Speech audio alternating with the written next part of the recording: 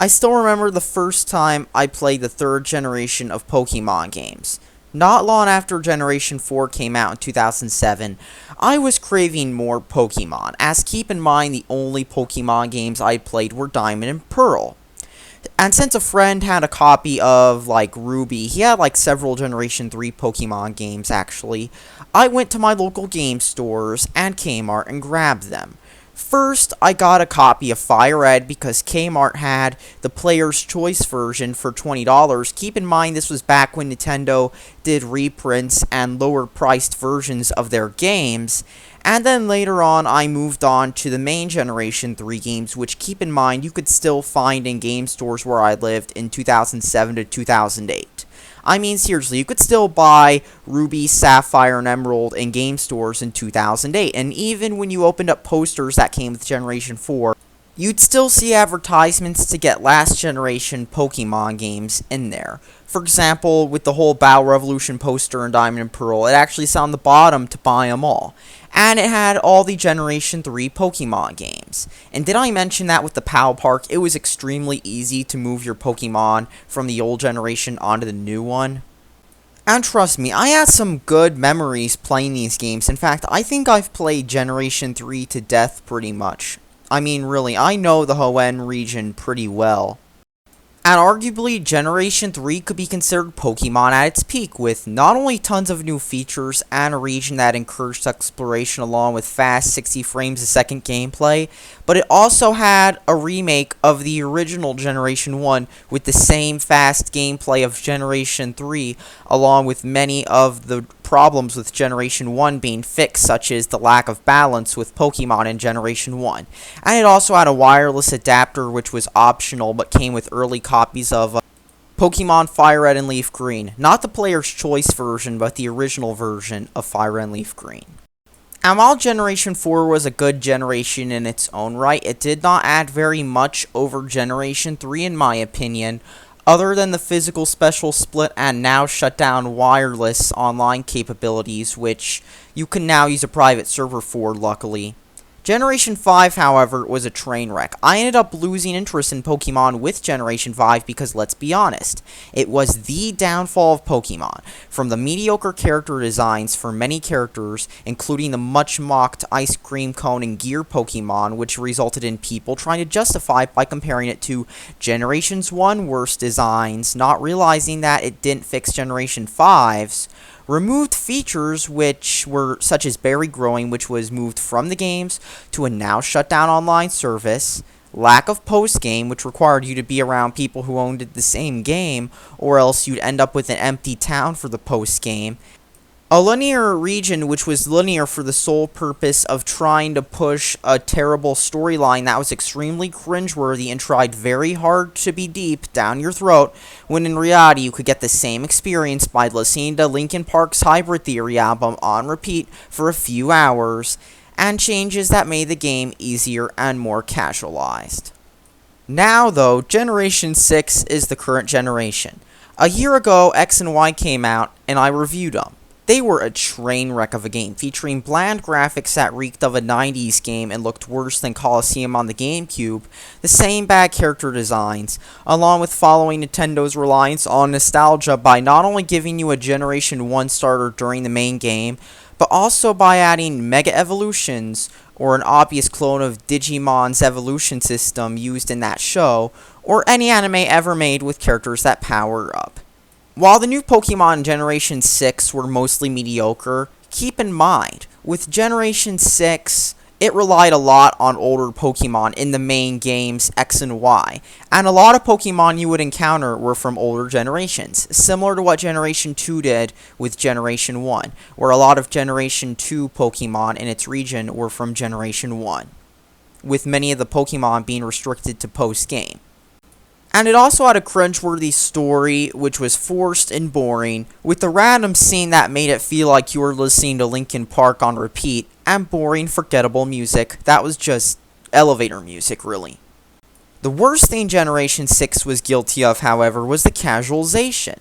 Just like modern Nintendo games, the experience share or EXP share, given early on in the game, not only levels up your whole team in a game where most of the battles are single battles, but it also gives you lots of experience as well. The enemies also felt pretty easy with a terrible artificial intelligence, and the map design has been streamlined, similar to what was seen with other series on consoles, notably Final Fantasy XIII or BioShock Infinite, ditching the sprawling levels of their past games for linear lines with a battle here or there. Now, however, Pokemon Omega Ruby and Alpha Sapphire, remakes extremely hyped by Pokemon's huge and loyal fanbase, have been announced and released with tons of hype. This is due to various reasons, mainly due to the fact that it's yet another Pokemon game, but also because of some new Mega Evolutions added in there to generate hype despite their poor designs. And keep in mind, Pokemon design is so bad at this point that I've actually seen better fan-made Pokemon designs than official ones, and because it's playing off nostalgia, even though, unlike how the remakes of Generation 1 and 2 somewhat had a point due to Generation 3 breaking compatibility with past games, this game has no point, as you can move your Pokemon from Generation 3 all the way up to 6 officially. And of course, I'm not even going into stuff such as community-made tools that use save editors that allow you to just drop the Pokemon onto your game. That require, a save dumper, but they let you do it. The main question I'm going to answer, however, is the game any good, or should it be skipped in favor of the original cartridge you might have lying around, or of course, somewhat questionable legality-wise of course, ways of playing the game on a non-Game Boy platform, such as ROMs and emulators. As someone who's played hundreds of hours of Generation 3, I feel qualified to give my verdict on these games. So I'm going to be reviewing these games today. And of course, in the end, I'll answer the question, should you buy this game? Or just like with terrible remasters of music, should you just keep the original discs, cartridges, or whatever around? That's the question. So let's start by talking about what the game is. Pokemon Omega Ruby and Alpha Sapphire is a Pokemon role-playing game, yet another in the seemingly yearly Pokemon franchise. Each Pokemon game is more predictable than a meal at a fast food chain, especially with the recent ones. You, a 10-year-old Pokemon trainer, are now supposed to explore the world, beat the Elite Four, defeat the same exact evil team, and as the box art said on the original games, catch 'em all, by completing your Pokédex and catching all the Pokemon. Of course, to do this, you have two different versions of the game, and you must either trade online or locally, or buy both games and trade with two different consoles, as each game has version-specific Pokemon, and usually there are several Pokemon games in a generation, each with its own unobtainable Pokemon. You can beat the game without doing this whatsoever, however. Now, of course, I'm talking about the main series. There are plenty of spin-offs, but most of them are just garbage. I mean, for every good spin-off, there's a bunch of garbage such as Pokemon Channel or My Pokemon Ranch, for example. And of course, the main series itself has gotten worse and worse each installment. But first, let's talk about the graphics, the art style, and the aesthetics of the game, since when you first boot the game up, this is what you see in your face, through your eyes. From just the intro alone, you can see that the graphics in Pokemon Omega Ruby and Alpha Sapphire are extremely bland and low-tech. I mean, sure, this is a 3DS game, but it just looks like somebody tried to make a cel-shaded anime game based off of all things, the Quake 2 engine. You know, Quake 2, that old game that came out in 1997 and was impressive for its time, but also was designed to run on Pentiums, and it's also been ported to everything, including web browsers, the PSP, and of course various other platforms. But yeah, keep in mind, this looks better than X and Y and Omega Ruby Alpha Sapphire visually. It just does. And keep in mind, even though the genre is different, there actually is a role-playing game based off the Quake 2 engine. There really is, go look it up. And it was a commercially released game too. And of course, Omega Ruby and Alpha Sapphire also looks far worse than the GameCube versions of Pokemon 2. And I'm not even mentioning other 3DS games on the same exact system either, like Resident Evil Revelations, Monster Hunter, or Shin Megami Tensei 4, which is a better monster collecting game too. And then on the other hand, you have this game, which looks like crap. Powered by the Pokemon X and Y engine, the game has the same exact bland art style as Pokemon X and Y does. And it also has frame rate issues too. So if you were expecting the amazing 60 frames a second Generation 3 had, you're not going to get this here. And from the intro alone, you can see the graphics of this game are inferior, art style wise, to the GBA games. Sure, the GBA games weren't in 3D, but they were far more eye-pleasing than this game. And in fact, it just suffers from the same blandness Pokemon games since 2011 have suffered from. The game also goes extremely in your face to try to tell you you're playing a remake. And it really does. When you start a new game, the game starts off with the original intro before showing you playing it on something that looks just like a Game Boy Advance SP. Yeah, that's what this game does to try to really tell you that, hey dude, you're playing a retro remake, yo. I've played all the other Pokemon remakes. I've played Heart Gold and Soul Silver. I've played Fire Red and Leaf Green. And they don't even go this in your face to try to remind you you are playing a remake. And did I mention there are other things in this game too? For example, your Pokédex looks just like a Game Boy Advance. While in the other remakes, the Pokédexes were updated to, well, reflect Nintendo's current hardware at the time.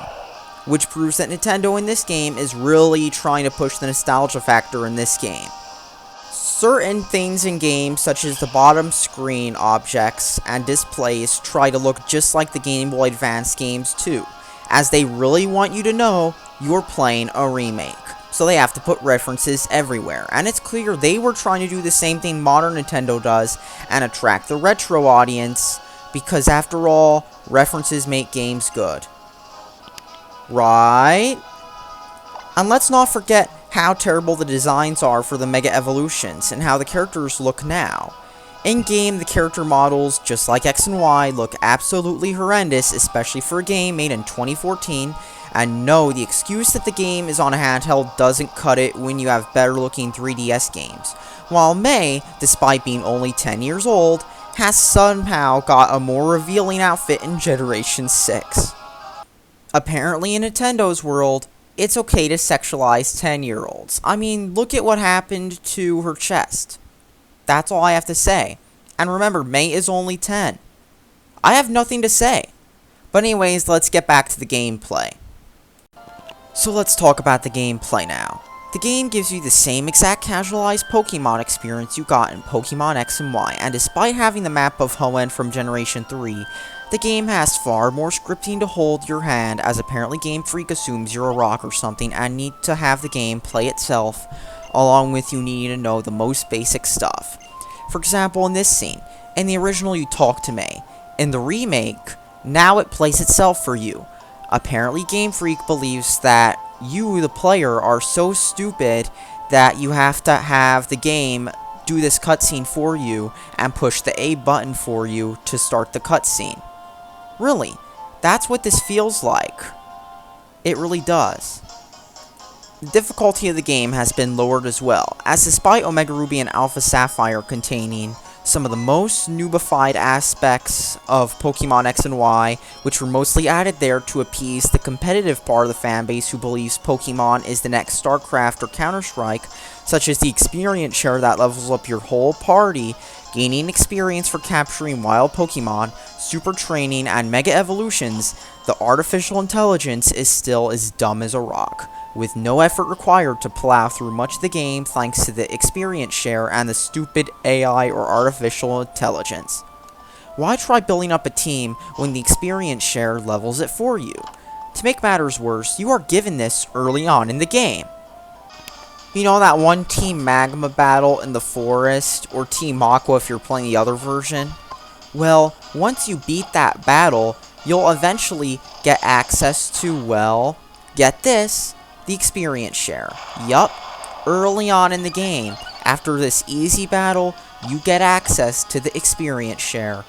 The one that's overpowered just like it is in X and Y, making an easy game even easier. I mean, Pokemon's know Shin Megami Tensei with difficulty, but they've just neutered any sense of difficulty this series has.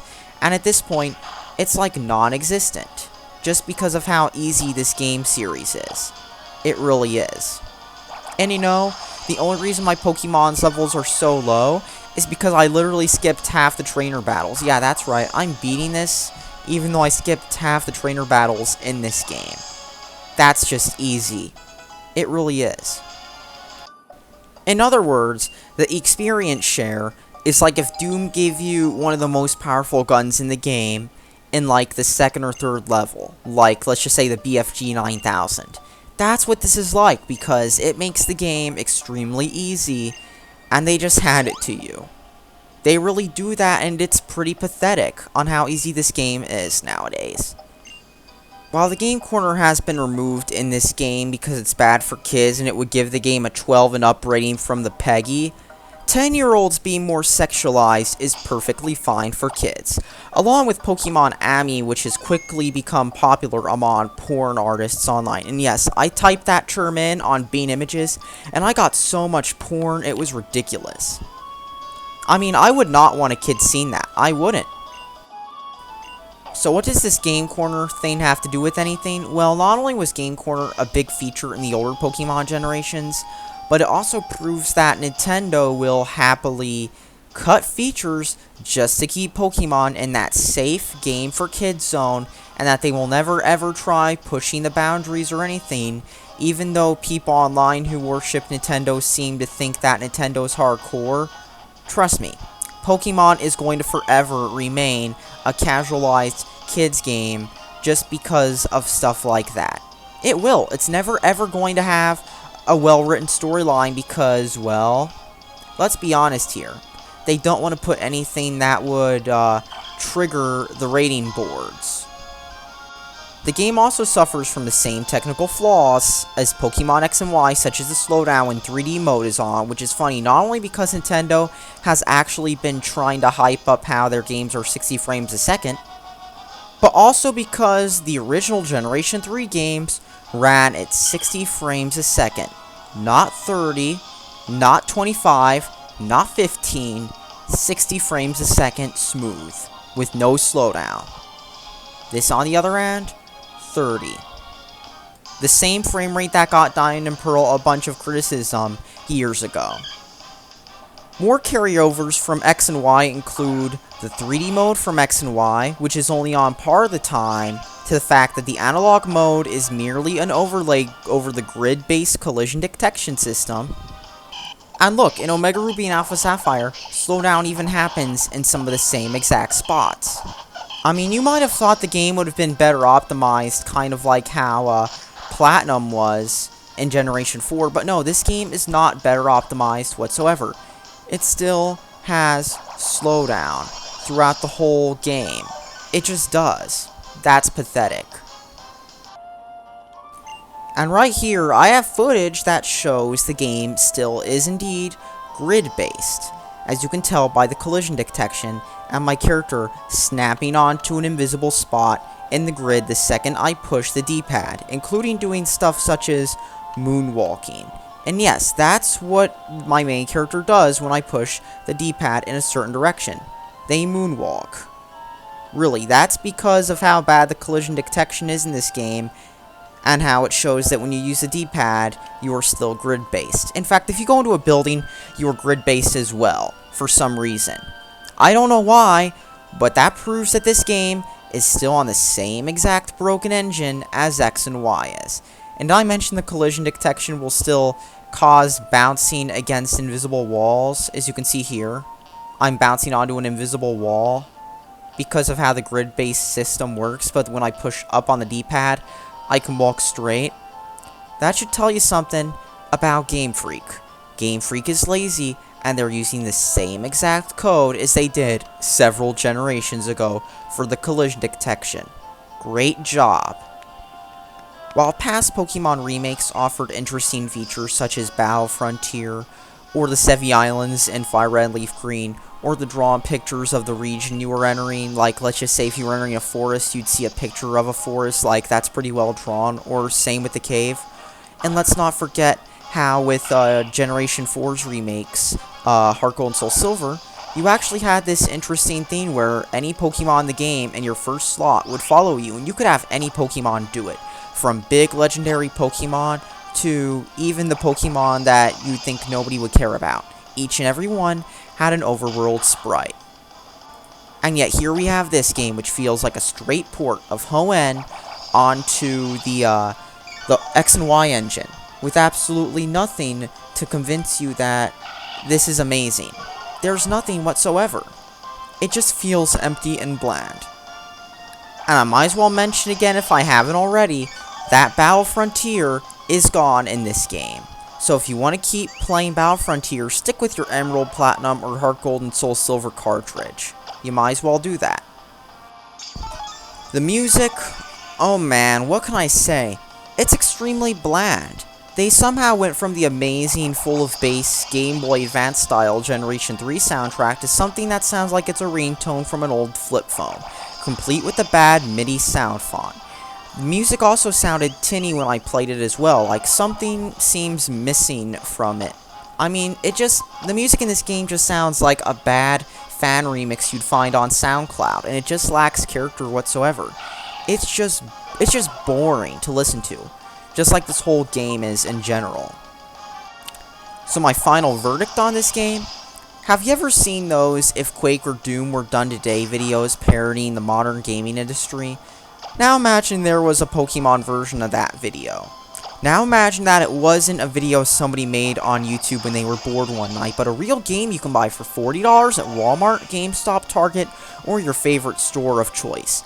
It is an extremely bland game, a poor remake, and offers nothing new other than casualization that you couldn't get by running out to a game store and going on eBay and snagging the original game. And I'm not even going into methods of questionable legality, such as emulators.